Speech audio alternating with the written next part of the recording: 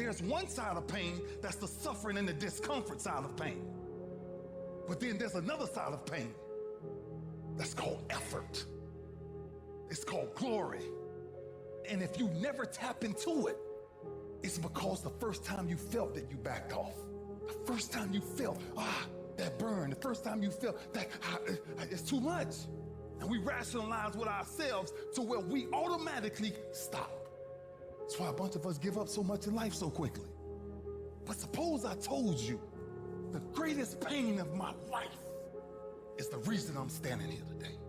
See, sometimes we think the pain is what controls us. It's actually our subconscious mind that if we ever tapped into that, that's what dictates most of our lives.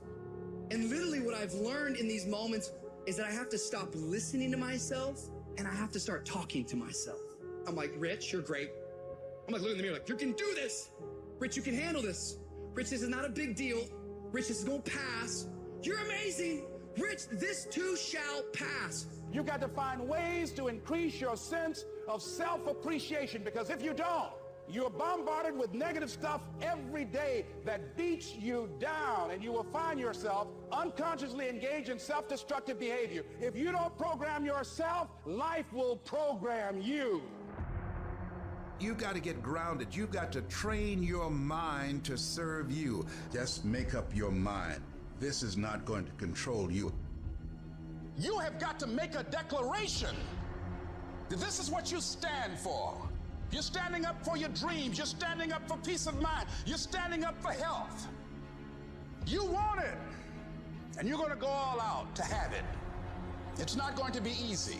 When you want to change, it's not easy. If it were in fact easy, everybody would do it.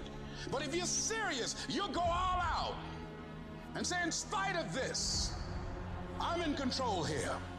I'm going to turn this situation around. I'm not going to sit back and moan and cry over what happened and what went wrong and who did what. I'm going to do something about this situation.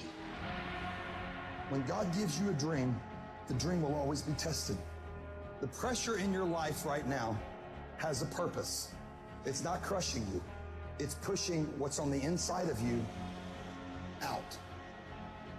It shows you who you are. It's a dog fight. It hadn't been easy. It's a dog fight. The road hadn't been success. Like it's just a paved road and like E.T. go this way. It's been rough. It's been crooked. It's been hard. But I've made up in my mind that I will get a reward for the pain that I go through.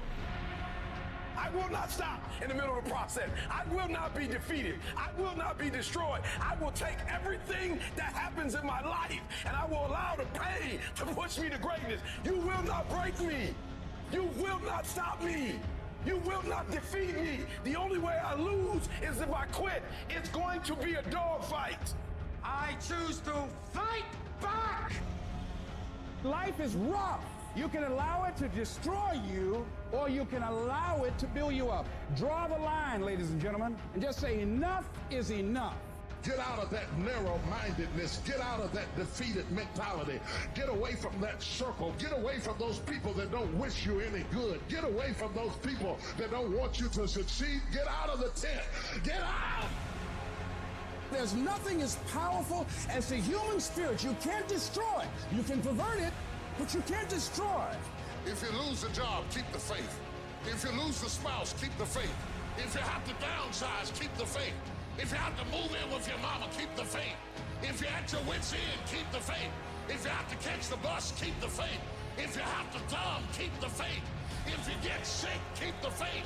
If you lose your kidneys, keep the faith. If you got heart trouble, keep the faith. You might not get a new heart, but you gotta keep your faith. If you can't fly, run. If you can't run, walk. If you can't walk, crawl. But by all means, keep moving.